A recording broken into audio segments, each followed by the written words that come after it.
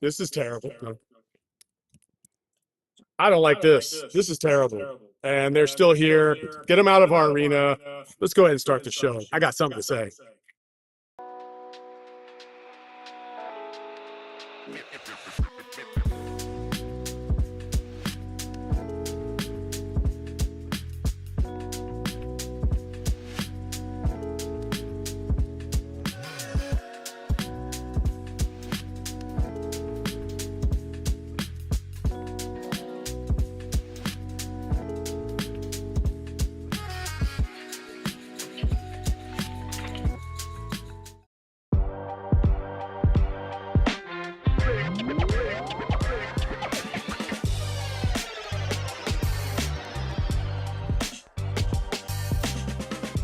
Welcome on in, guys, to the AZ Wildcats podcast. I'm your host, Damon Farrell, coming to you from PHNX HQ, taking on the Kevin role today. Pressing some buttons back here and having a newfound respect for my guy Kevin Thomas with all the things that he does. But obviously burying the lead off the top there. I'm joined by Saul Bookman here, and Saul, really an unbelievable ending there at the end of this one. Looks like you told me there's somewhat of a scene brewing in the background here. You want to tell the people at home what's going on? It's not really a scene anymore. It's just the obnoxious BYU faithful are still hanging around. But it's funny is because on the other side of me, we still have a pretty large Arizona contingent. So when the BYU players were coming back out to get on the radio and all this other stuff and high five fans for coming out, they were all cheering. The contingent of Arizona fans were basically like, get the hell out of our arena, and they were booing, and it was like kind of going back and forth. I just posted on our PH6 Wildcats account right after the game, after they cut away and left, like both teams were still at center court, kind of going at each other.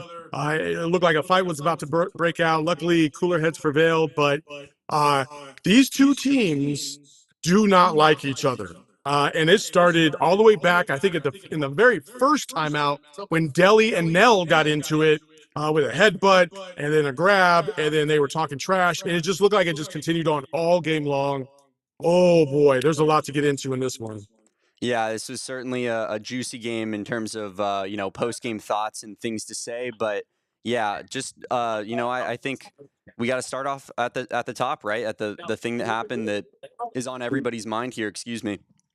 And that's going to be the foul call, the bailout there that was called on Trey Townsend that gets Richie Saunders to the free throw line there at the end of this one. Arizona up one, obviously, at the time. Saunders hits both free throws. BYU ends up winning the game. Saul, what was kind of, I guess, your view from being inside the arena? Obviously, not a foul. Like, we can all see it. But what was the fan reaction like, and what was your initial reaction when it happened? So where we're at in the media section, I mean, I'm directly right behind the play. So like I got a clear view of it.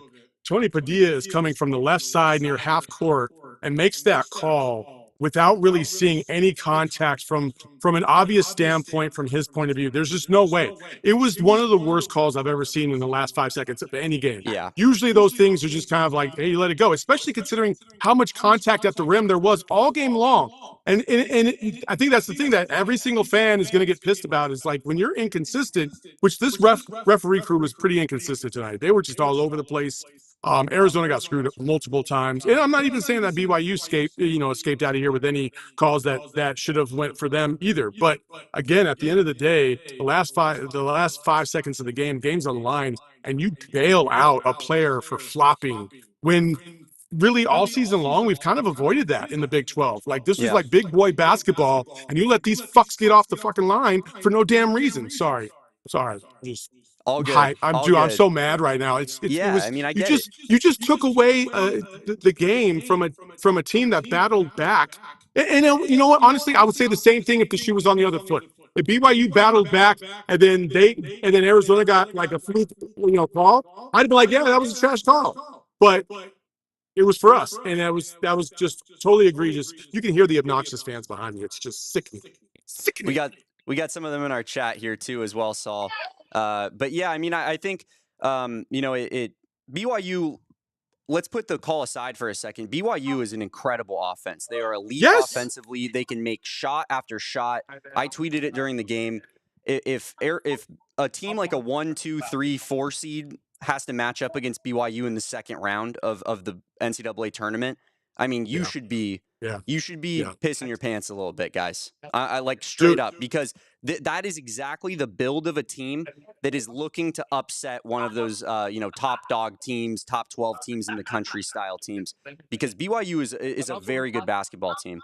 But getting back to what we witnessed there at the end, you never see that at the end of games. Typically refs swallow their whistle even when there's tons of contact on a final shot like that, where it's going to decide the game.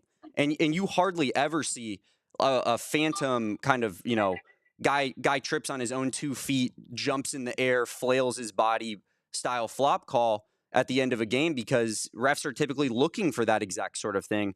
And Tony Padilla, man, he defies the odds at every opportunity. That guy is total and complete garbage. We've been around him forever, and I'm so sick of it at this point, man. All he does is screw Arizona over time and time again. And when I found out he was going to be in the Big 12, and my initial reaction was like, here we go, because Yeah. he's going to do it again, and he did. Let me be careful here. BYU played a hell of a game. Like Absolutely. they had every right to win the game. I'm not saying that they shouldn't have won this game at all. But what I am saying is they did get bailed out in that last call. And that was just an egregious call. Like, there is no other way to go about it. I got BYU fans in my tweets talking about, yeah, we kind of got away with it. It is what it is, right? But I will say this, like, it was a really good game. Arizona did not play the kind of defensive basketball that they had been playing all season long. This was probably one of the worst defensive games of the season. And I said, Damon, what did I say? I said the number one thing that will keep BYU will get BYU's mojo going is if you just keep giving them wide open threes. And I swear, every single three, especially in that first half, dudes are just planted, ready, they're nice and comfortable. They're catching the ball in the pocket. They go for a shot. Their feet are already set. Like, they had no pressure on them whatsoever in that regard. And that is what got them going. And then, listen, Kevin Young is a good offensive coach. Like, he really took advantage of some movement.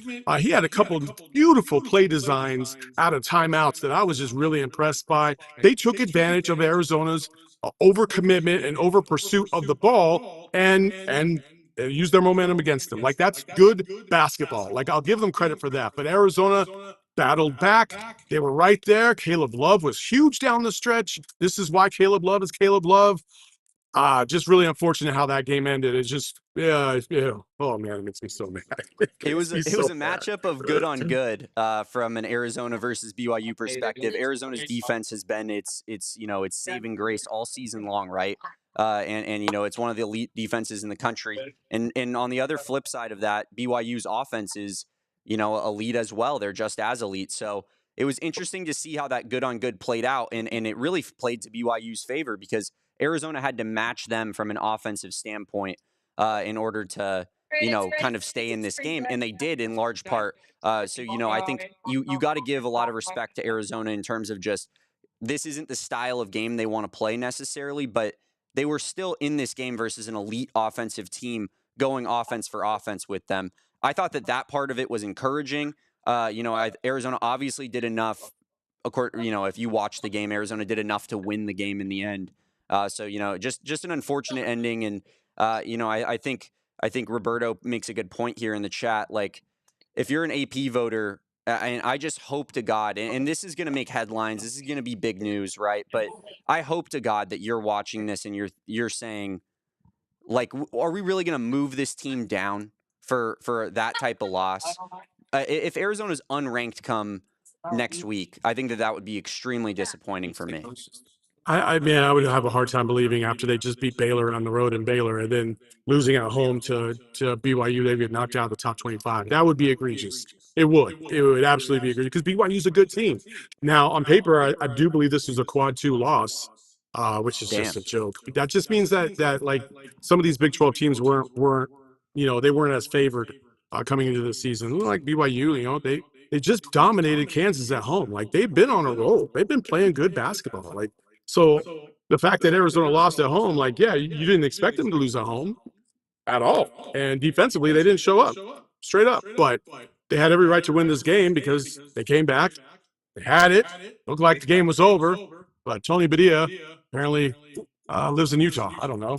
It's just sad. You know, like, and this is the crazy thing about this is if there's so many things that kind of go counterpoint to what I'm about to say. If you'd have told me before the game that BYU is going to shoot 45% from three, I'd have been like, yeah, they might win that game. But then if you'd have told me that Arizona was going to shoot 45% from three, I'd have been like, oh, yeah, we're going to dog walk them. None of it made sense. And the real separator was the turnovers. The points off of turnovers was the biggest gap by far and totally avoidable. Some of the turnovers were just so bad.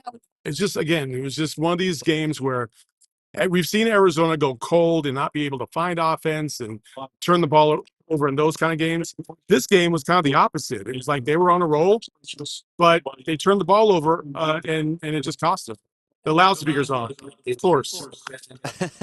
What is going on still? I mean, is this BYU Super Bowl? Why are there still a bunch of people behind you? I mean, we're pretty far after the game at this point. Yeah, I don't know. They just kick them out. Right now, they got Tommy Lloyd on the radio station. Is this a problem? You want me to leave it? I hear it a little bit, but yeah, it's a problem. Okay, all right. Let me go somewhere else. Go ahead, keep talking, Damon. I got. Yeah, no worries.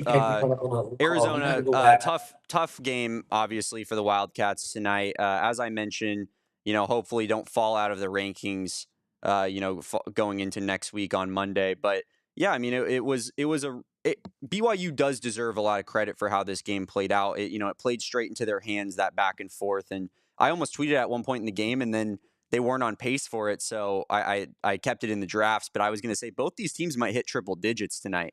And we were pretty damn close, 96-95, of course, in favor of BYU as they take down Arizona in McKale Center. Just the third loss for Arizona this year at McKale Center, losing to Duke and then losing to Houston, two of the, 5 best teams in the country. BYU, I think, they show a lot in getting this win and being the third team to do so, moving up to 26th in the KenPom rankings. So to your point earlier, Saul, I don't think it should be a quad 2 loss there, given that they're 26th now in KenPom. I'm not exactly sure how that works, but I think that I would venture to guess that that's still a quad 1 loss. Don't know.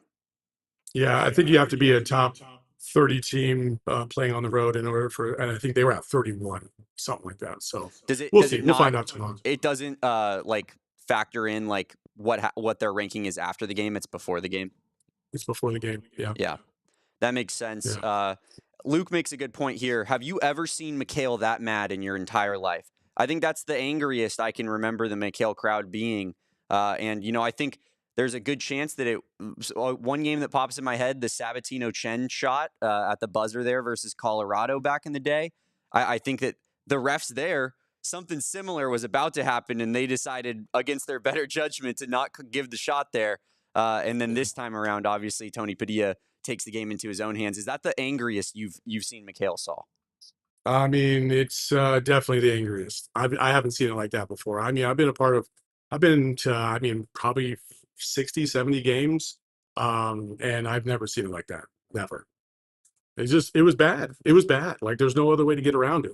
And if you're a BYU fan and you're like, oh, no, that was a good call. Well, like, if the shoe was on the other foot, you would not be feeling like that. I promise you that.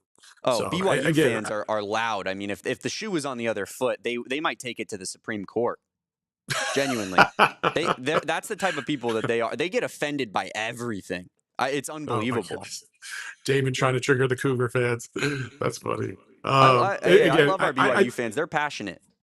They are. Listen, this is a great thing. I think it was not a great thing that we lost, but it's good because it's always good to have another rival. And I felt like BYU Arizona was always going to be kind of a natural rivalry, just because of the ties for both schools and some of the crossover things as well. Like, so it's just one of those things where like this is kind of the birth of something significant. And then next year when AJ DeMata goes to BYU, it's going to get even more egregious. And hopefully we have Koa Pete and Burries in the fold. So like it'll just be like ferocious. But for right now, this sucks because Arizona had a chance to win this game, should have won this game, but it was taken out of their hands, unfortunately. I also want to say this. I want to question one thing. I don't understand why Trey Townsend was in the game at all, considering he had not Agree. played almost the entire second half, except for a small stretch. And then for him to inbound the ball, like throwing the ball all the way down the court like that, again, like I don't understand what the thought process was there. You had I think 3.8 or 3.2 seconds. That's plenty of time to get a couple dribbles off and get the ball off. Like, so I don't understand what was going on there. Obviously I'm not in the press conference because I wanted to ask that question, like why'd you just randomly go with Trey out of nowhere at the end of the game? That was a head scratcher for me. Yeah, I'm with you on that completely. I looked up when I saw that he was the switch there that Richie Saunders got, and I was in complete and utter shock. I was like, I'm sorry, Yeah. did we just put Trey Townsend out there with needing one stop for the rest of our lives? That was the game plan. And then on top of that, to further your point, Saul, is Tommy Lloyd practicing with these guys with an inbounds play with one, you need a shot there at the buzzer? Because it really feels like it's just kind of like, yeah, do it. If you see a guy open down there, throw it. We did the same thing versus I forget what game it was. Was it Houston? It was a loss we had very recently where it was same thing, same situation. Throw it down into midcourt. At Kansas State. At Kansas State. And it's just like, I don't. Tommy Lloyd is way too good of a coach for that to be the game plan with needing a shot with 3 seconds on the clock. Way too good of a coach, man. Kevin Young was like, all credit to him. I felt like every time that dude called a timeout tonight, BYU had an automatic score. Automatic. And Tommy Lloyd, it's like, dude, on the other hand, like you gotta figure out a way to coach your team to be able to get up a shot or at least a semblance of a shot at the end of a game. Even like the Iowa State game, you had a chance there because Caleb Love gets the shot off. I mean, it helps. It benefits no one when you're just throwing it to the other team 50 yards down the field like you think you're Noah Fafita or something. I will say this. If Vasar had position, it was just a really, really bad pass. Like if he throws the ball just like regular, then Vasar could come down with it, and who knows what happens after that, right? Because listen, you're in the bonus. Like, and the way these calls have been going, who knows? Like, if they would have just accidentally tripped him, he'd have gone to the free throw line. Like, and they knowing this game, they probably would have tripped him, and then done the Cold Stone stunner, and they still wouldn't have blown the whistle because that just seems to be how it was going tonight against Arizona, not in their favor. So it's just a lot of things to be questioned on this one. And it's always going to be like that when it's a close game, unfortunately. But I just think that Arizona had an opportunity tonight to really distance themselves from BYU. And now you just kind of brought them right back into the fold. And you've got like maybe one game to play with before you get to the end of the season, if you want to find yourself in that top 4 position, rounding off going into the Big 12 tournament. So, yeah, we're going to get into that a little bit later here. But real quick, I wanted to chop off the ref talk here in the first segment and then get into more of the game as we continue into the post game show. But I needed to ask you, you're a big hoops guy. Caleb Love obviously doesn't get the continuation there on that foul. And Tony Padilla tweeted, again. Tony Padilla tweeted this again. as well. Look, to me, to my naked eye, and maybe I'm just biased and an idiot, but that looked like that should have been an and one to me. That would have put Richie Saunders at the line, even with the horrible call, to tie the game and send it to OT rather than give BYU the lead in the W. Did you think that was an and one? I'm sure, I know the crowd did, and I'd be curious to hear your thoughts on it.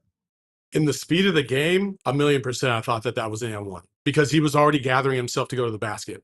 So I don't understand why he didn't even put the ball down on the ground anymore. So what are we doing? That's the process of a shooting motion. Am I wrong? Like, I don't understand what again, this is real speed. And this guy's blowing it off because I don't even know why. I really don't know why. It should have been an N1. It should have been a 3-point play. And again, Tony Padilla struck again. Just an awful game by him tonight. A terrible game. And he's had those games against Arizona plenty of times. And there's no way to justify this. My guy didn't even touch him when he was forcing contact down on the baseline. And you just were like, oh, yeah, I think I see something. You think? You don't blow the whistle if you think. You better fucking know, or you don't blow the whistle. Straight up. Yeah, I mean, I'm with you. We've become accustomed to seeing Tony Padilla do this regularly at this point, and yeah, it's demoralizing when it's the same guy on both ends taking away a point from Arizona potentially, and then also putting points on the board for BYU at the end of that game. I thought that was an and one. Lost Highway. I appreciate that. You're not you're showing no bias here, and respect to you, brother. But I got to be honest, if you watch that in full speed, I don't see any world where you can say that he's not attacking the basket trying to put a shot up there. I really thought that was an and one, and like even maybe more of an egregious call than the other one. It gets lost in the sauce a little bit, but I don't understand how you can demonstratively run out onto the floor, wave that off. Arizona, obviously, the whole bench was celebrating around Caleb Love when he makes that layup. They all thought it was an and one. Everybody in the building thought it was an and one, and it shocked everybody. But let me just say, to the BYU fans in here that are saying that we're crying about the refs, absolutely. I'm absolutely crying about the refs. You can see tears flowing down my face, and I have no shame in it. You guys would be crying about the refs too if you were in the exact same position. Well, Every single fan in the entire country. Some of them were. Some of them were. The last time when we beat BYU up there, they felt like we got away with some calls. So, like, hey, the shoe's on the other foot now. It is what it is. Well, we're going to talk more about this game and kind of dive into just what we saw unfold throughout 40 minutes here rather than just the last 10 seconds of the game. And we'll do that right here after the break on the AZ Wildcats podcast.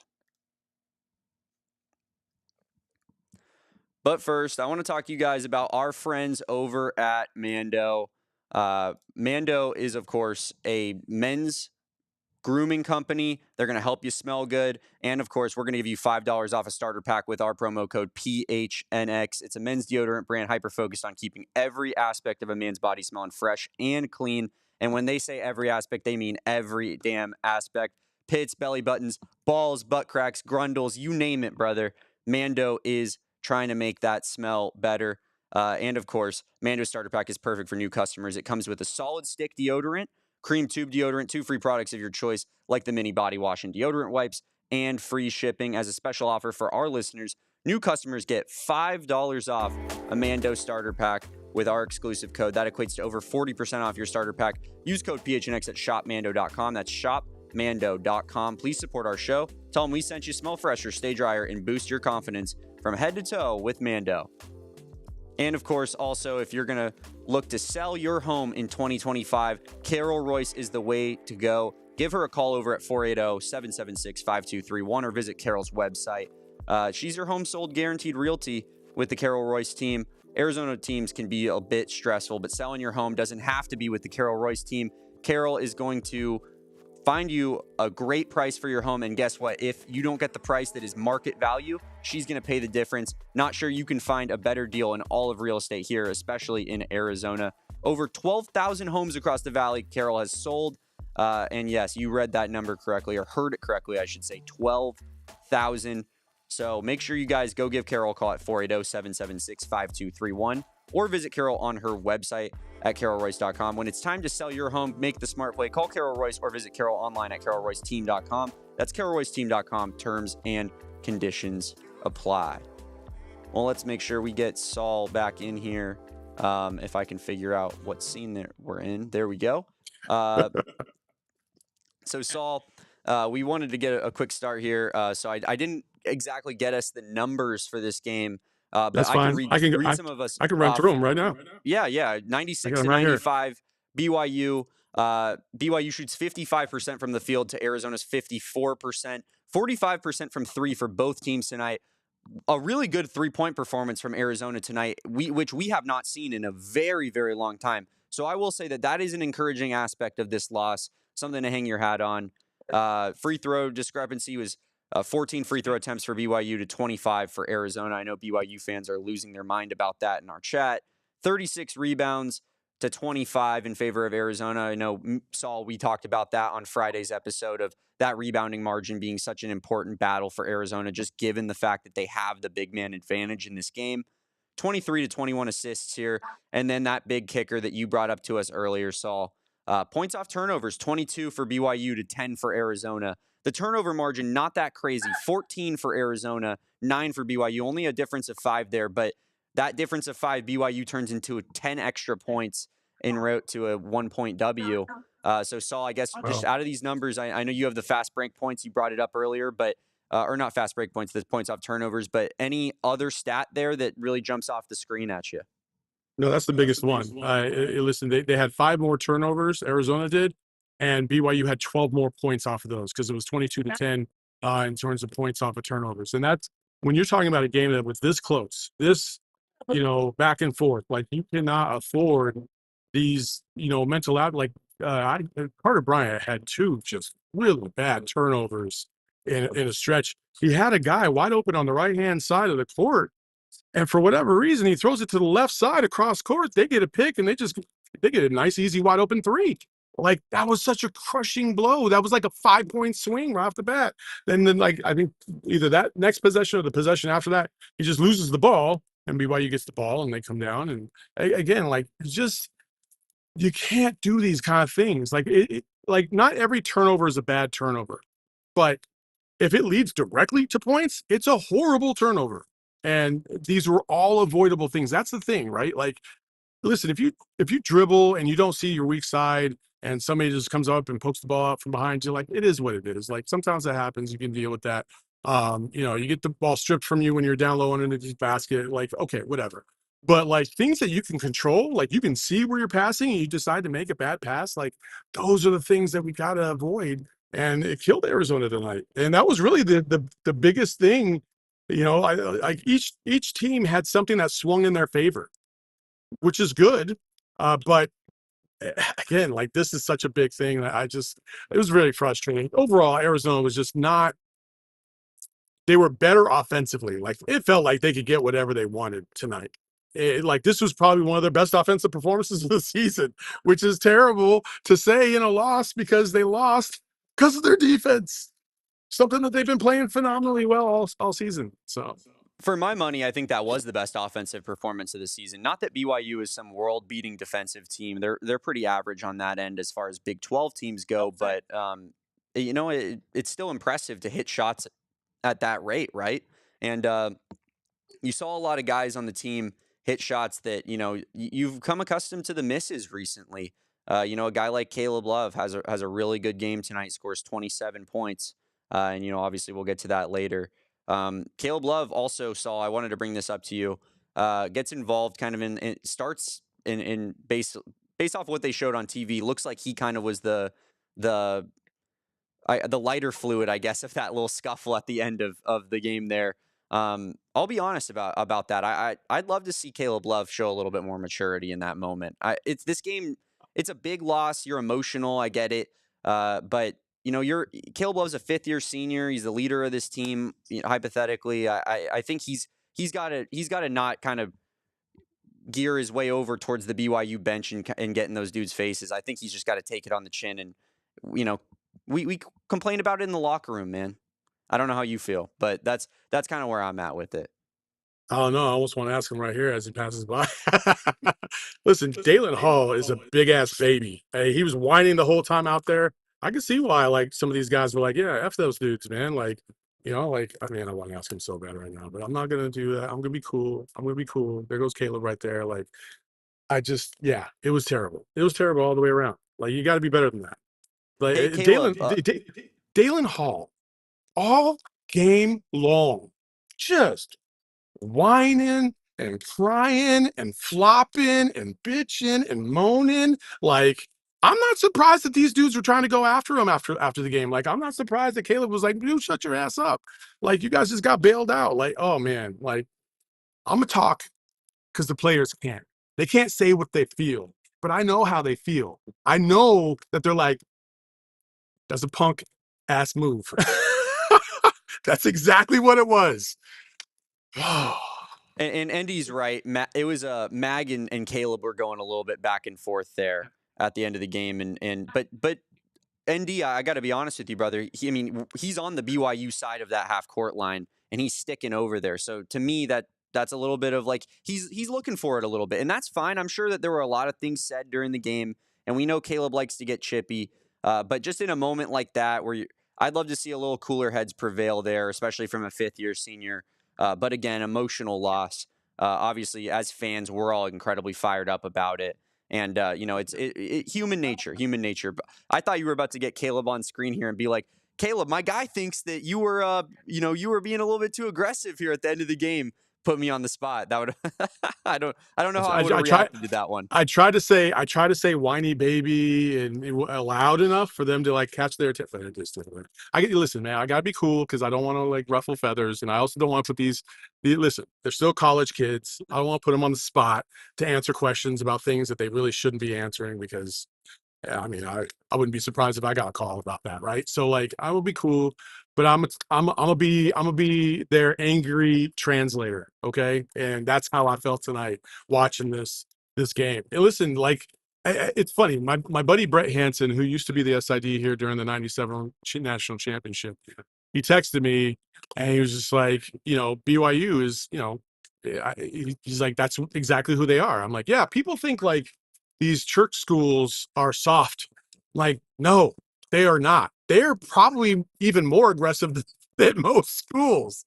Like, it just is in their nature. I don't know why, but every single time, I don't know if you've ever played pickup ball at a church, but it's probably some of the most intense and physical games I've ever been a part of. And BYU reflected that tonight out here in their trippiness and in how they got down. Like, you got to give them credit, man. They executed very well on offense. Like I was very impressed with the ball movement, the backdoor cuts. They constantly kept Arizona on their toes. They didn't really have a good answer for any of their sets. Guys were wide open too many times. Like we kind of went back. We kind of reverted back to the Bahamas all over again in terms of wide open threes. Guys are just having set shots. Like these are the things you can't have happen at the end of the season. Now, BYU learned a lot from that first game.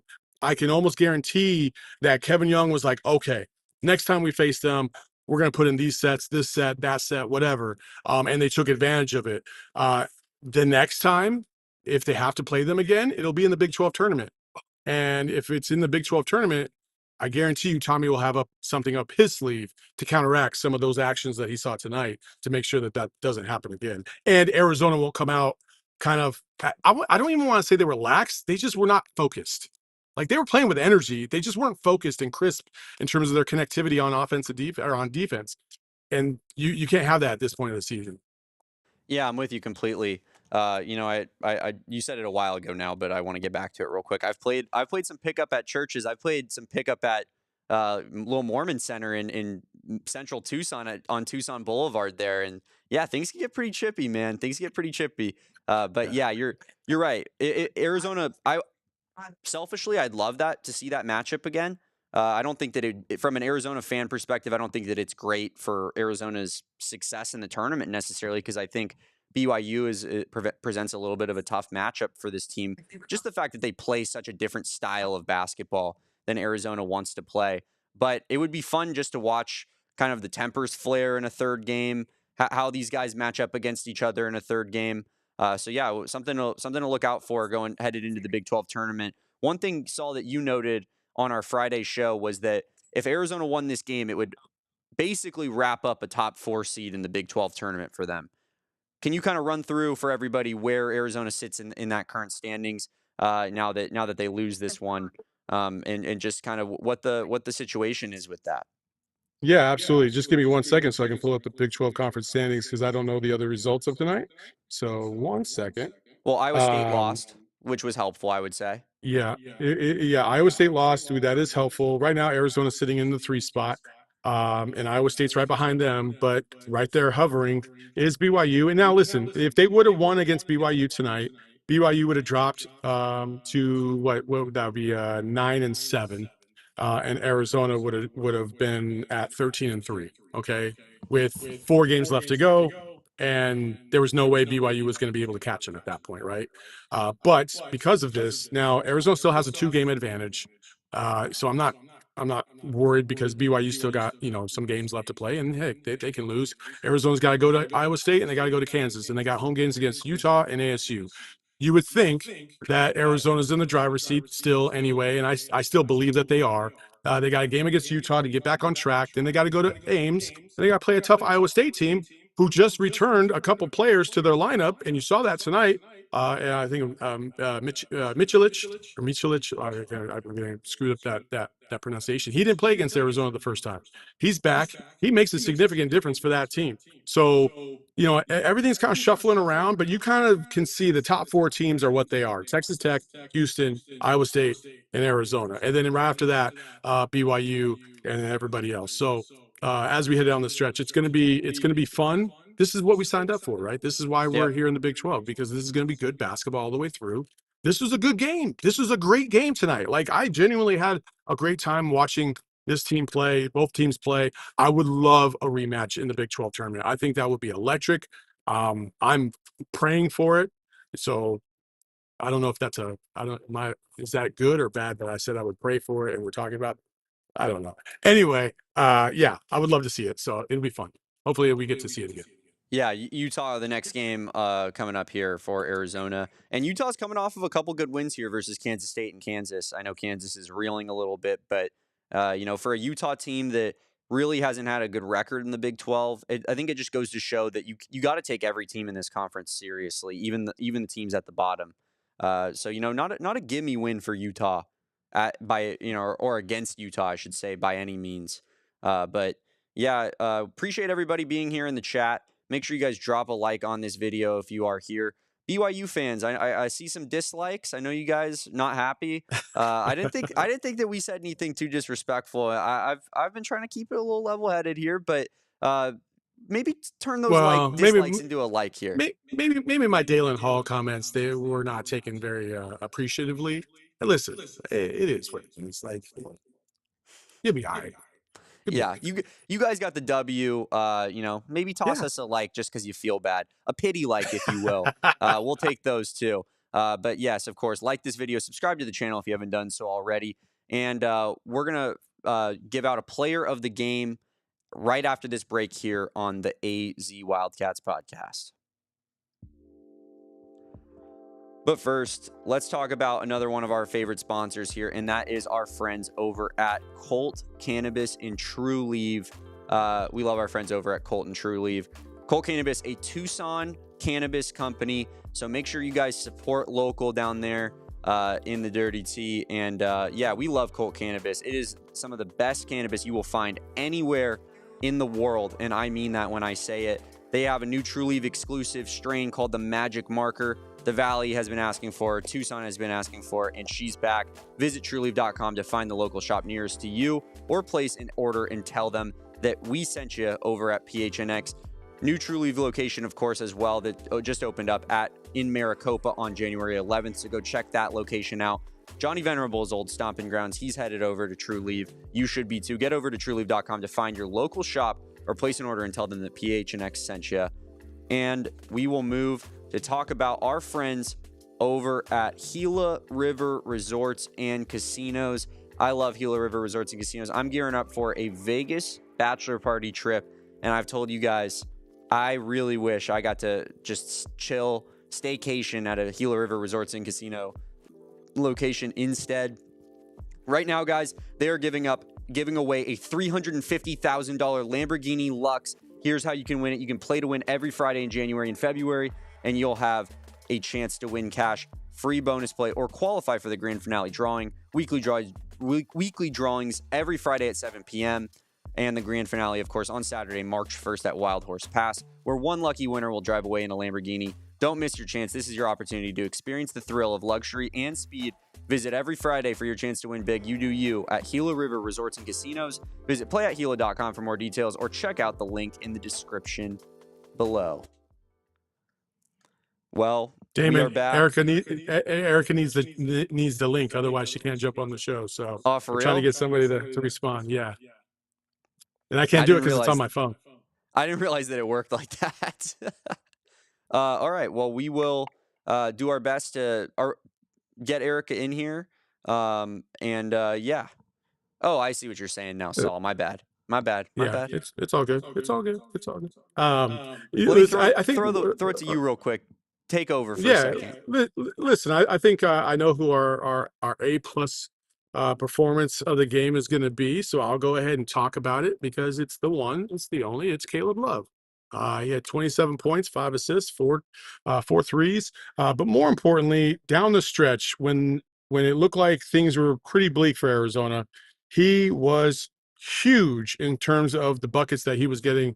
Hit a big three, hit free throws down the stretch. He was just sensational. You got to give him mad credit because listen, without Caleb, they're not in this game in the last minute of the game, and it looked like he was going to be the hero and save the game. And I thought his performance tonight, from an offensive standpoint, I thought he had a nice blend of attacking the rim, getting some buckets. I think there's still some lulls in the game that I would like for him to kind of fight through. But overall, I thought it was a really good performance. It's good to see him score 27 points. Again, if I had told you before the game, Caleb's going to have 27. The Wildcats are going to shoot 45% from three. They're going to out-rebound BYU. They're going to dominate at the free throw line. You'd have thought that Arizona was going to win by 20, 30 points. But unfortunately, there's equalizers like turnovers and points off of them. And that's just the name of the game. Yeah, And bad absolutely. refs. Yeah, And bad of course. refs. But if I told you, yeah, if you told me all those things, yeah, I would have said Arizona gets the W, and it's probably a 15 point win, because just given the fact you're at McKale Center with all of those factors, the way that Arizona wants to play, the out rebounding factor that Arizona seemingly wins in almost every matchup, and then they struggle from three, and when Arizona shoots 45% from three, they expect to win basketball games, especially when Caleb Love scores 27 and has 4 threes himself, 4 of 9 from three for Caleb Love, which, is a comeback to, I don't want to say come back to earth, because that's typically in the negative sense, in the regression sense, but really it's come back to earth in the way that, we just don't expect Caleb Love to just continuously shoot high volume, low percentage threes all throughout the course of a season. Eventually that was going to pick itself up. And it's just unfortunate it happened in a loss tonight, because Caleb Love played good enough for the W. Oh yeah, 1,000,000%. Listen, I think there's something at play here, and um, I think and I hope that Caleb is paying attention to the Big 12, because listen, this is the cream of the crop. This is the time of the season where you have to pick your game up, you get ready for the tournament, you start to solidify yourself as a potential national championship candidate or a Final Four candidate. And today, when you watched Iowa State and Houston, you saw LJ Cryer basically single-handedly will Houston to victory. He hit big shot after big shot when it looked like Houston was kind of on the ropes after they gave up a big lead, and Iowa State came roaring back. And it was the LJ Cryer show. If Caleb was at home and watching that game, you've got to look at it and be like, that should be me. I should be that guy for Arizona. Like when things look a little bleak, who's the guy that they need to go to get that bucket? It should be Caleb Love. I was very happy to see that down the stretch in this game, Caleb Love rose to the challenge like we saw him do last year. He was not afraid of the big moment last year down the stretch at the beginning of the season when we beat Duke, when we beat Michigan State. Like, he was the guy that was out there taking big shots. Tonight he did the same thing. It looked like the old Caleb came back, which is fantastic. He was energized. I also want to give a shout out. Can I do this? What was it? Can I give a tip of the cap right now, or is it too early? All Let's right, get I'm gonna into do the our tip of the Brandon cap. Bill's tipping cap of the game. There you go. I'm gonna give a shout out to Delhi. I thought Delhi had a really solid performance, especially to start off the second half when he hit 3 threes.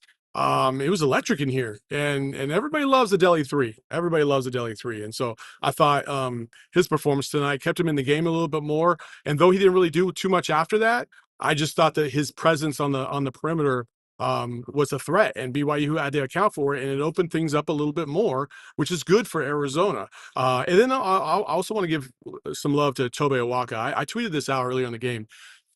I'd have never thought that at the beginning of the season, if you told me that Tobe Awaka was going to get the ball down low in the post and he was going to demand doubles, I would have thought you were high as hell. There's no way. And sure enough, those doubles are coming to Tobe Awaka routinely now. And because of that, he's going to have to adjust. And he did earlier in the game. He saw KJ Lewis cutting to the basket from the weak side, hit him driving to the basket. It was a beautiful play. But he kind of struggled a couple other times when he got the ball down low in the post, and he got tied up once and got fouled another time. So, but I just love the fact that he's that dominant now down low in the post. Like, you got to feed him. And so that's going to be a little bit of adjustment. They got about 4 games to kind of figure that part out. Like, okay, what are we going to do when Toby gets doubled down low on the block? What kind of wrinkles can we add to this?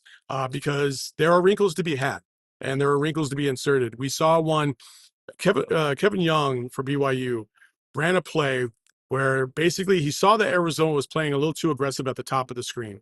So he had his guard set a double, be part of a double screen, and then he just straight up rolled to the basket. And the way they designed it, it was a beautiful play. It was wide open layup after that. And I just thought that's a wrinkle that Arizona could also use as they move forward to the season, right? These small little things that coaches will adjust and add to their concepts to make them better. And so these are the things that, if you're an Arizona fan, you're looking for a little bit of hope, everything's an improvement. You learn every single game. And for what people were considering maybe a potential down year for Arizona, they're still one of the best in the country. And they can still rise to the challenge. And they should have won this game tonight, but it is what it is. And they'll learn from it. They'll move on. They'll play Utah, and then they'll get on the road. And who knows what's going to happen in Ames. I have high hopes. Well, Celtics, Chiefs, Yankees, Panthers has now weighed in, and he says it was the correct call, and we should take that guy's opinion very seriously. But obviously, that's a Who? troll. His account name is Celtics, Chiefs, Celtics, Yankees, Chiefs, Yankees, Panthers. Panthers. Are those? That's 3 of the 4 champions, or I guess the Chiefs didn't win, but 2 conference winners and 2 champions from last year's 4 major sports. So obviously the guy's, a good sense of humor on the guy, like that joke. Yeah. But Hey, I like it. I like it. It's all yeah, good. I did want to give out my tip of the cap as well. Presented by our friends over at Branded Bills. We love our friends at Branded Bills, by the way. But I think I would have gone with Delhi too. I think that 11-point kind of flurry that he gave you at the start of the second half was huge, given just the way that BYU was scoring, and you needed somebody to kind of provide that back and forth to keep you in it there.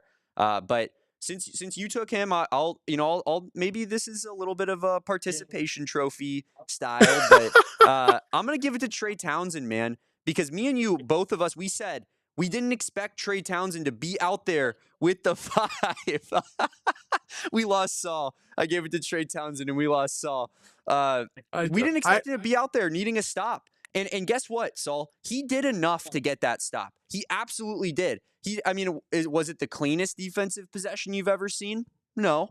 But did he affect the shot enough where, with playing clean defense, I will say, clean defense, he affected the shot enough to, hypothetically get Arizona the win there, and obviously doesn't work out in their favor because Tony Padilla bails him out. Trey Townsend, I feel bad because he gets Me too. he gets murdered on social media. And he gets murdered from the fans. He's just has not lived up to the expectations of what he did last year at Oakland, and it's hurting him right now, right? And you can see that there's a little bit of a confidence issue, a little too much hesitancy at times. I thought he had a couple good moments, and I agree with you. I think that defensively, he held up at the point of attack and did his job, and it's unfortunate that he got called for a foul. What I would say this too is, like, this is where I would probably spin it and put it a little bit more on Tommy. It is hard to ask a guy to come in cold off the bench after sitting out there for quite a while to, in the waning seconds, come up with the biggest stop of the game. That's a tough position to put your player in, right? Everybody else had gotten some run, some burn. They were fluid. Trey comes in, ice cold, does his best. That's just really, really hard to put him in a spot like that. And so I feel my heart goes out to him in that regard. I hope fans aren't blaming him for this loss, because it certainly wasn't on him. But so I guess I can see why you would give it to him. Yeah, I just didn't. My expectations are extremely low with Trey Townsend, admittedly, and I thought that was he guarded BYU's best player there and did enough to, in my opinion, get the W. So, Tip of the cap. I don't think Saunders is their best player. I think it's Devin. Devin's good. Yeah, Devin is good. I He's just good. think Devin is it's a lot of I'm not saying that he's not a really good player. I just think that it's like he's obviously has higher potential than a Richie Saunders, no doubt about it. Like he's a higher NBA prospect and whatnot. But I just think Saunders from a scoring perspective, every time I turn on a BYU game, the dude is money. He Yeah. puts up like 18 points in like every game. I feel like he's a really, really good scorer. Tonight was kind of funny because when we were at BYU, and Arizona would feel like BYU would feel like they're about to bust the game open or at least go on to a run and extend the lead, right? And it seemed like every single time Arizona came up with like a crucial three pointer, right? And it was usually because of Caleb Love. Jaden Bradley also had one. Faisar had one. So it was a mixture. But Caleb Love had like 3 or 4 of them, like at key times to kind of thwart the momentum, right? Tonight, BYU was the one that every single time it looked like Arizona might be on the cusp of going on a run of death. Boom, 3-pointer, dagger, like dagger threes. Like it sucked the life right out of the building. And then he had to build up that momentum all over again. And then it got sucked out again. It was rough. It was rough. So again, you got to credit BYU for hitting big time shots, catchings. Listen, I'm going to I say was this about to right bring now him up. because I, Your guy, your I, boy. I was, I'm going to say this. Kanan Catchings, I thought your jumper was terrible. I thought it was horrible. I do not like watching it. I do not like looking at it. But props to you. You hit some threes. You hit some big threes. Matter of fact, you hit some big threes tonight. Good for him. Good for him. I take back what I said. I apologize. Good for that young kid. He's a freshman. And Demon's a freshman. Like they got some talent. And if those two don't lead to go pro, with AJ coming in, dude, that's going to be a tough team to play. But we're still Arizona, so don't forget that. Yeah, catchings. That must have felt personal. You being in the building I after what felt you like he said was on going to Friday. turn and then shoot the guns in my Yeah, direction, but he probably didn't know. I was assuming that he did like look straight at you, like give you one of these when he turned around for his fourth 3-pointer. If he ever heard this podcast and heard what I said the first time around, he probably, and somebody's probably going to clip this and be like, oh man, they're just trashing you catching. So the next time, hey, I'll be at the Big 12 tournament. And if we play you guys, hey, bring the heat, baby. I'm ready. We're gonna get I'm Erica kidding. in here in a Please. second. I do want to give Be Calm See Clearly super chat some run real quick. $2. Thank you, Be Calm See Clearly. Losing to Kevin Young, ouchie wouchie, feels bad. Yeah, it does feel Ugh, bad. I wouldn't say it's makes me because of want to Kevin throw Young up. though. I got to be honest. Kevin Young looked like an NBA coach the way that he was running those ATO plays tonight. Yeah, Those were pretty he sure special, did. man. Too bad he didn't look like an NBA coach last year with the Suns.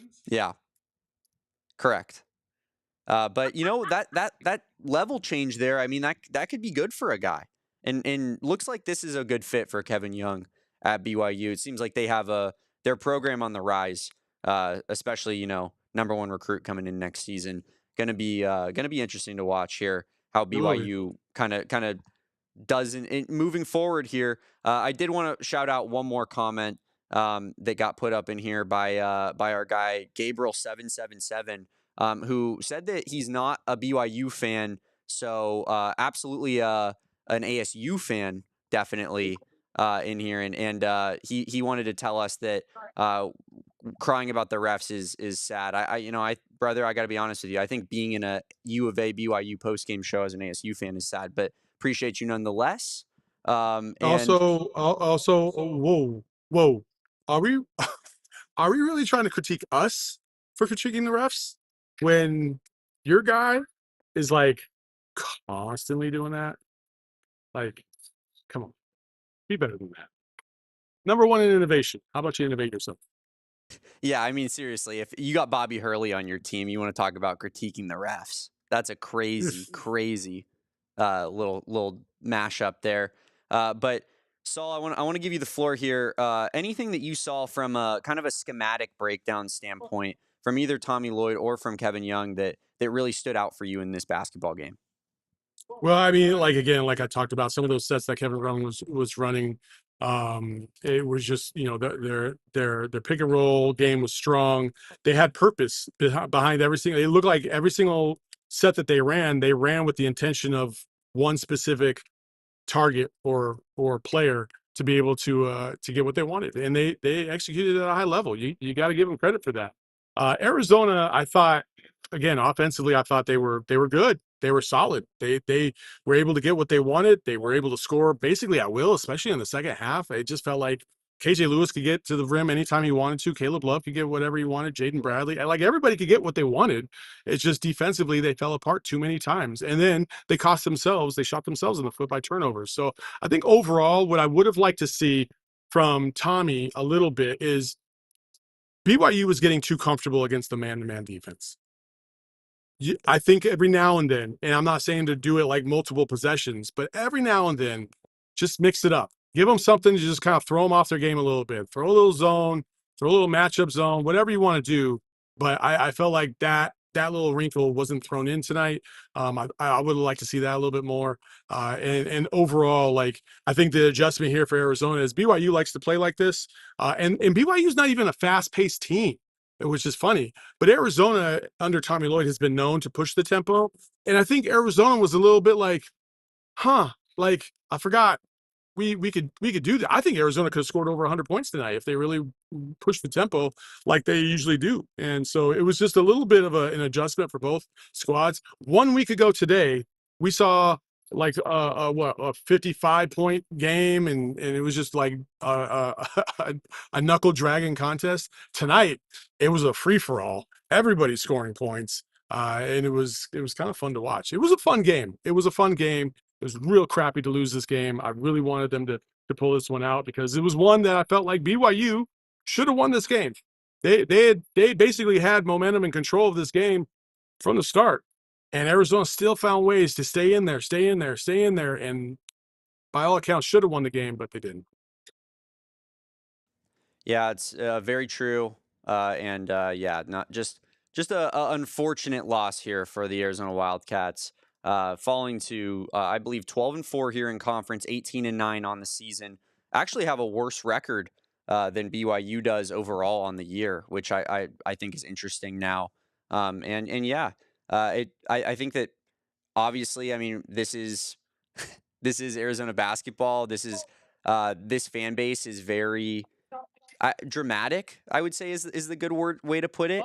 And yeah, as you can see, Saul is waving at Erica back there. We can see Erica in the back of Saul's shot. A little bit of a funny, like a Russian nesting doll of PHNX Sports here on YouTube. But yeah, Erica, are we ready to go? Let's bring Erica on here and hear some post game thoughts from what Tommy Lloyd and players had to say. Erica, it's very zoomed in. I don't know if I did something on my end here, but she's good. It's fine. Yeah, no, it's How's good. it going, guys? Been better. I've certainly had more fun watching a basketball game, and especially the ending. But how are you doing? Well, it's weird because I've been waiting roughly 3 hours to come on this show to toot my own horn, and now here I am on the show. And listen, did the Arizona Wildcats lose today? They sure did. Am I still in a very good mood because I am the knower of all ball and Tobe Owaka hit that three? I am. Toot, boys. Toot. You know what? At the end of the day, Saul, all that matters is that Erica's takes are right. You know what I mean? Screw the win, screw the Big 12 tournament, screw our seeding in March. We just want to make sure that Erica Day's takes are that they're hitting at the end of the day. What I want to know is I really want to know what Tommy's vibe was in the locker or in the postgame presser. Like I got to hear this. Dude was not happy. And something that he was very, very clear in saying is that although there were some calls that he was unhappy with, the officiating did not lose this game for the Arizona Wildcats. And he was very clear in saying that. He did give a huge shout out to Trey Townsend, who, in his opinion, Tommy said he had a chance to watch that last call back and he didn't think that Trey deserved that foul call. He also, in the same breath, called Tony Padilla one of the best officials in the game. So, like, how legitimate can you say that Trey comment is when you have that Tony Padilla comment in the same sentence? It's like, ugh. But again, Trey did play some really good defense. Like I said, Tommy gave him a huge shout for that. And then, like I said, just rang home back to the truth that these guys had every opportunity to win this game and did not capitalize on those opportunities. Above all else, just didn't take care of the ball well today. And that's what Tommy was the most frustrated about. Verbatim, he said, I better see the most focused team I've ever seen on Monday in practice. Verbatim from Tommy's mouth. Well, real quick, just want to say, if you are watching with our streaming partners, head on over to gophnx.com. The party will continue over there. And yes, very interesting stuff there from Erica. Saul, looked like you had something to say about that. No, I said I don't believe you. When it comes to Tommy Lloyd saying that Tony Padilla is one of the best officials He out there. did. Listen. No. I meant like I don't believe Tommy when he says that, because like, come on, man. Like, you saw these calls, man. You saw these calls. Like, I know, and he's right. He's right. That isn't the only reason why they lost, because they gave up way too many points. They gave away too many wide open threes. They turned the ball over egregiously. Yes, 1,000,000%. Like, so I'm not surprised that Tommy would say that. He's got to take the high road because he knows there's bigger games to come, and Tony Padilla is probably going to be involved in some of them. So I get it. But I can say it, and that dude was not good. He was terrible. He was hot diggity trash. Capital G garbage. That's all I have. Well, we do have Tommy Lloyd's thoughts on that call at the end of the game here. So, without further ado, I think we should just get to what he has to say. It's a bad call. I mean, like, whatever. What am I going to say? I mean, you hate for a game to be decided by that. I mean, Trey, I feel horrible for him. The guy didn't play in the second half. I tightened the rotation. He played good defense. Guy's pivoting, throws his shoulder at him, throws up a shot and falls down. It's a foul with 2 seconds to go.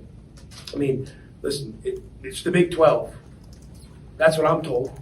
And the guy who called it's one of the best refs. So, we got to live with it. But step back. They scored 93 points up to that point on our home court. That's the problem. That's the problem.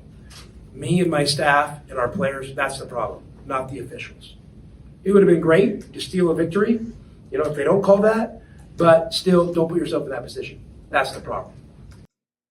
Interesting from Tommy Lloyd there. He always takes the high road for the most part. We saw a little bit of the Houston game. He was pretty agitated after that one, which was uncharacteristic of him. But I mean, he's right at the end of the day. You can't give up 96 points on your home floor, 94 as he says prior to the foul. And that's not the recipe for success here.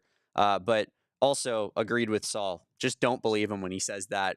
But as you say, Saul, he knows that we're going to have Tony Padilla for, the next, foreseeable future here in the Big 12, because he came over from the Pac-12, and it doesn't benefit you at all to trash the guy in your post-game press conference. That's Bobby Hurley stuff, man. And that's what losers do. And, Tommy Lloyd, Arizona basketball, not losers. So, gotta be mature about it and show some respect for the game. And, I like that response there from Tommy, but, starts it off by saying it's a bad call, just like we all saw.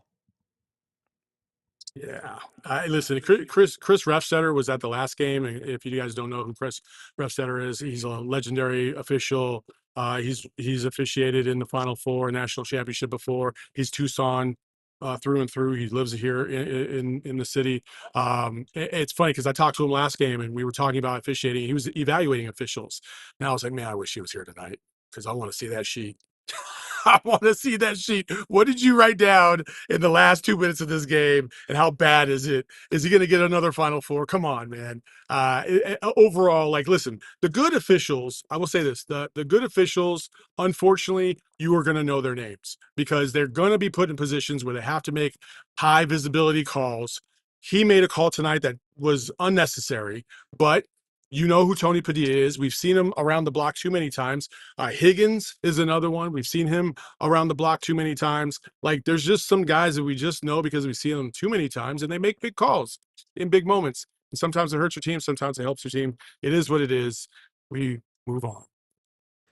One thing that pops in my mind, and I did tweet this as well because I just let my thoughts fly, especially in emotional moments. That's just who I am. I grieve with all my bestest friends on social media. And I just like I feel like and maybe this is my own bias here speaking, but you guys can kind of chime in with what you think. I feel like Arizona, for as good of a home court advantage as we have at Arizona in Tucson at McKale Center, one of the 10 best environments in all of college basketball. I think that's not debatable, right? I really don't feel like Arizona gets a whole lot of home cooking on in McKale Center. You see it against Houston in a massive game. I think Houston, I don't think the refs were like favoring Houston necessarily, but I think Houston did get some iffy calls go their way down the stretch. I haven't, maybe it's just a this year thing and I haven't seen it this year, but it really feels like a lot of these like 50-50 moments are going against the Wildcats in our own home gym. And I don't really understand what's going on there because I expect when we play on the road, especially in the Big 12 with these crazy environments, I expect that the whistle is going to go in the favor of the team that we're playing against in road games. But in turn, I expect that whistle to be given to us as an advantage in home games, especially at McKale Center. So am I crazy here? Am I the only one that's feeling that, or do you guys see that as well? I'll No, and let I Erica actually said go with that. this, yeah, about a week and a half ago, probably, about a women's game. And it's the same way in women's basketball, where I feel like they never get 50-50 calls here in McKale. And it's been really, really egregious officiating versus Arizona. And call it homerism, call it whatever you want, but I call it egregious officiating. And, I think when you're not getting those home court calls, it is left to just feel unfair. I am not going to have the popular opinion here. I just am not. Like, I feel the opposite to a certain degree. Tonight, obviously, like, I definitely feel like we got hosed tonight. But I have seen so much physicality that has not been called, and sometimes it's in Arizona's favor. I think what I will say about this is like, listen, playing at McKale is not magic. Like, all because you play at McKale doesn't mean that you're going to get the benefit of every single call just because of the fans. Like, I think that there's a little bit of a balance here, and for the most part, I think I actually have liked the officiating for the most part this season. I have not felt like it has been one-sided. I have not felt like, outside of your outlier games, like I don't feel like Arizona has been getting hosed more than not. I think every fan base would feel the same way. I guarantee you, if every team in the Big 12 had a channel like this and they were doing post-game shows, I guarantee you a lot of fans would say similar things that what we're saying. And so I think everybody just has an inherent bias towards their team and feels that way to some degree. I've actually liked this visioning. It's nothing like it was last year in the Pac-12 in the last decade, 2 decades, 3 decades. Oh, I hated that officiating. It was terrible. It stopped the momentum of games. It just absolutely it kept bringing things to a halt. It was awful. But Big 12, they've tried to let things flow. Tonight was a little bit more herky-jerky than normal. But, it is what it is. You're going to have outliers like this, and it sucks that we took the L on this one. But overall, I've been satisfied with the refereeing.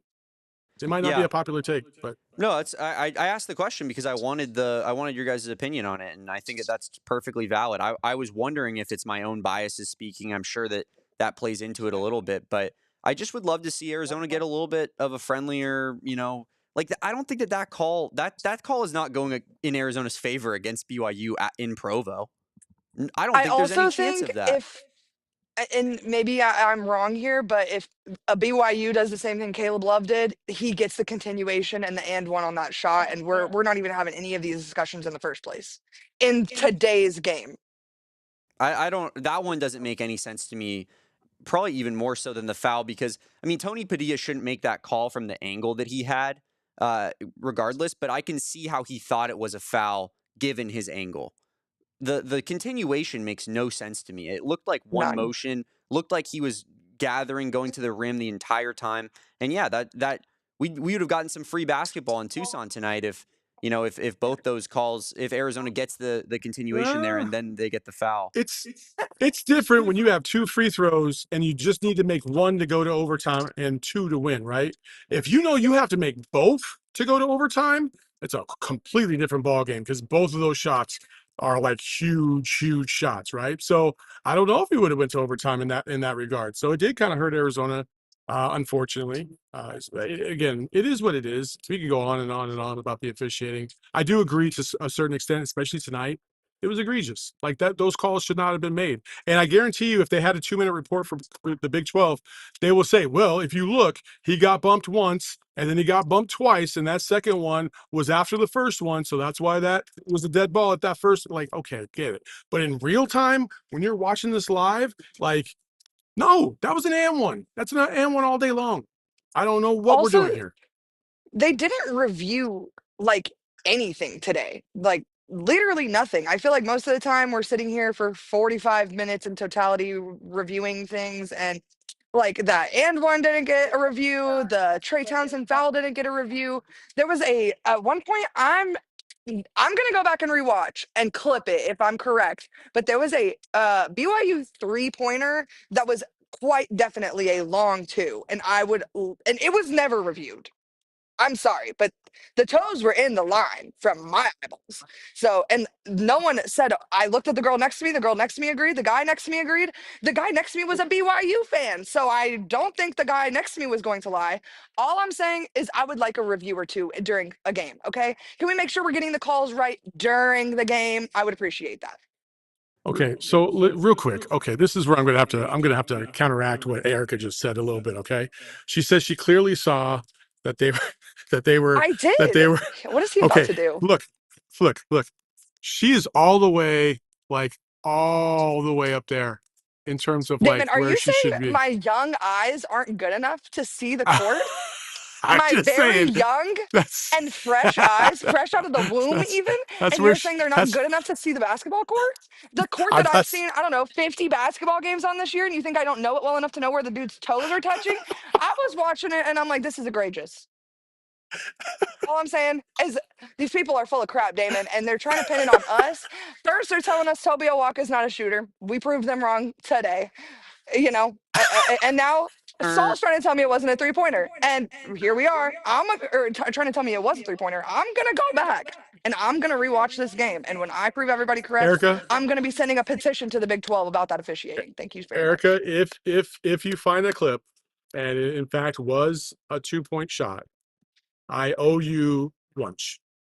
How about that? Saul, you owe me lunch anyways, so regardless, I win. Wait. What did I do last week though? Like, no, unprompted. All nice things, Saul. And that's why. I mean, I would love to go get a nice, last week on the show, we talked about how no one would want to hang out with their boss. I want to hang out with my boss. That's why I want to go get lunch with you, Saul. This is good for you. I don't know why you're thinking this is bad. This is really good. Well, hey, let's just clarify. I am not your boss. You were at one time, though. So, you could take it, I'm just a random casual on the PHNX Wildcats show. Yeah. That occasionally shows up. I don't think the boss vibes will ever leave, Saul. I think that's ingrained forever. But of course, want to get back to the game here a little bit. Erica, you did have another clip here from Tommy Lloyd about BYU and just their ability to consistently rain down threes and Arizona's inability, on the other hand, to stop it. Anything else before I play the clip here in terms of prefacing this video? I do want to say that this has been the Achilles tendon of this team all season, over and over and over again. And if you are a team that is playing Arizona, the recipe to beat them is written. You just have to follow it. So Utah, ASU, I'm looking at you. The playbook is there for your taking, and to beat this team. Any team that wants to beat Arizona just has to shoot enough threes and maybe make, I don't know, 35% of them, and they have a really solid chance to beat Arizona. Let's hear Tommy Lloyd here on Arizona's inability to stop BYU's 3-point presence. They did a great job. They did nothing differently. They're a team that, obviously plays in a lot of spread brawl screen stuff, and they were really effective at it tonight. And our guys just didn't kind of have the sense of urgency we needed on some of our closeouts. But they do a great job of, when you do close out, attacking it real quick. So whether you get a hand checking foul or you drive at the end of the game, KJ gets beat on the baseline there, and we knew that going in. Our guys just didn't do a good enough job defensively executing, and that's disappointing. Yeah, Tommy Lloyd, obviously not happy with the defensive performance from Arizona tonight. Saul, did you have something there? I was just kind of curious. Caleb Love and Henry Basar were in the post game as well. Erica, did they have anything to say about the game? Did they even address what happened at the end of the game and the kerfuffle or anything like that? No, so only the BYU coach was asked about the kerfuffle, and the kerfuffle was very much verbally avoided in the press conference for obvious reasons. I don't think anyone really knew exactly which players were involved or not involved, and so I don't think either coach wanted to speak incorrectly on it and then look like a dummy later down the line. But both of them did hint that they're going to go back, watch, take care of whoever was involved, and so on and so forth. But they both hinted that neither program wants that at the end of the game, period, in the story, whether it's Arizona or BYU, it's frowned upon indefinitely. Oh yeah, it's frowned upon for sure, 1,000,000%. But it is cherished by all because this is what rivalries are made out of, right? Like this was an intense game. Both teams wanted to win. Both teams apparently really do not like each other. Like I feel like we just stumbled across another like legitimate rivalry. Like we've had battles with BYU in sports before, but nothing like you see them once in a while and they go about their way. That's it, right? It's different. It's different. Like it's way more intense right now. I'm a big fan of it, and I'm excited to see what BYU is going to do with their program. I'm excited to see what we're going to do with our program, and I hope it becomes like one of these games every single year that you just can't miss here at McKale. Like you want to see BYU come to town because you want to kick their ass. Like, and that's okay. Like that's okay. Like that's how we feel about ASU, even though they're not really competitive most times. Like that's just what they are, right? Like, but BYU was competitive tonight. They played a very, very good game. They got a good system. They got a good coach. Like, you got to give them credit for what they did tonight. Arizona's going to have to learn. And to Erica's point earlier, there's two kryptonites for Arizona. It's one, giving up way too many made threes, and two, not being able to make any threes. And Arizona's been able to overcome their lack of three-point shot making because they've been able to expose Awaka and Vasar down low on the block to create more driving opportunities for everybody else. So they get more twos than they do threes to make up for some of the deficiency in that area. If you get to the tournament and you start playing these better teams, you're going to have to hit some perimeter shots. And like, I don't want to say this, but like Arizona could easily go to the Final Four. They could easily get bounced in the second round because of the 3-point factor. That's how every team upsets a team in the tournament. When you're a 15 seed, you don't beat them by overpowering them down low on the block with your 6'6" center from Wichita, Kansas. No, you shoot the three at a high clip and you make like 25 to upset like the 15 or the 2 seed. Like that's how it goes down. So Arizona's going to have to be locked in defensively when they get to the tournament because it doesn't matter who they play. Anybody could beat them because of the 3-point shot. You have to be locked in. That's my fear with Arizona this year. Is like they just have not been able to match tit for tat the 3-point shooting of the other teams. Tonight was an exception. I thought they did a great job tonight. I thought offensively there is no complaints from my end. Just defensively they had way too many lapses. I'm totally with you there, Saul. I've said that. I've been hammering that drum all season. Me and Kevin have been talking about it. Like the way Arizona's going to lose games in March is going to be lack of 3-point scoring on their end and allowing the other team to hit threes on the defensive end, which has kind of been the kryptonite to this really elite Arizona defense so far this season. And yeah, it's going to be something worth monitoring moving forward. Absolutely. I want to shout out all of the BYU fans in the chat. You guys have been nothing but nice, nothing but accommodating, nothing but I can't reasonable. see the comments. They're sweethearts, Saul. I can see all of them. I don't even care. Like, listen, I love it. I love it. Like, this is the Big 12. Like, I'm glad that the BYU fans are here. We've seen this before. Like, I want more of it. Like, we welcome you guys into our space. Like, this Can is I what say how it should be. something real quick? I would just like to say that maybe Saul would have seen that was a 2 had he had his glasses on during the game. I do wear them during the game. Oh, perfect. So you had your eyes on. I can't see anything when I'm sitting up there in that like darkness over there. Like it's the abyss over there. Like I don't know how you could see. It's crazy. I've got perfect vision, Saul, We got this guy Spencer here saying that BYU and Arizona aren't rivals. You must have missed the part, Spencer, where Saul was saying that it's a budding rivalry, the creation of a rivalry, as now two teams are in the same conference. Prior, the teams were not in the same conference.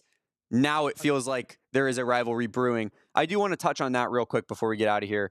I do feel that way. You said that it feels like Arizona and BYU are kind of somewhat natural rivals, or it makes sense for a rivalry to brew in that sense. I feel the same way about Texas Tech. I don't know if you agree with that. I kind of feel like Texas Tech and BYU are those two Big 12 teams that, outside of the teams that Arizona came with from the Pac-12 to the Big 12 with, I think, we already don't like Utah and their fan base. Despicable. We already don't like ASU, obviously. And Colorado, we don't like them right now, but that'll all be gone when all their fans leave in a year.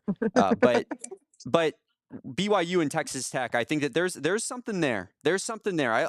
I think those are fan bases that are extremely passionate. They match the passion, if not even more than Arizona fans. And yeah, I'm excited to play those teams and interact with these fan bases as we continue in Big 12 play in every sport. I We're gonna have to wholeheartedly agree. We'll have to name the BYU rivalry because the Tech rivalry's got the Saguaro Battle of the Saguaro. You know what I mean? The Saguaro Showdown. Yeah. Let's Yeah, go. but can you even But do they even be a have Saguaro Saguaros out there? showdown when they don't have Saguaros whatsoever though? Yeah. Like I You feel can like let them that's just think ours. they are, you know? I mean, like, do they though? Like, I don't know. Listen, BYU has the thing that is kind of a natural rivalry is that obviously Utah, heavy Mormon population, Arizona, I would say probably second in terms of that Mormon population, maybe Idaho. And so there's like a natural rivalry because people are going to show up to these games and they're going to be intense. And they're like the BYU fans were intense. They were here. They were shouting. They're all that Annoying. good stuff. Like whatever. Yep. So it is what it. Yeah, annoying. Yes, that was one way to put it. I was going to say that. My apologies. But I do love. I love this. Like I do like the Texas Tech and BYU thing. I think is spot on, Damon. Like Texas Tech is one of those programs that is trying to get to another level and get that national recognition as a legitimate top tier program. They've had moments sporadically in basketball, not so much. Football, a little bit here and there, obviously, if you think about like the Crabtree era and stuff like that. But now with what they're trying to do as a program and all the money that they got going into that program, like they are a bona fide sticking point in the Big 12, hands down. And BYU is kind of much of the same.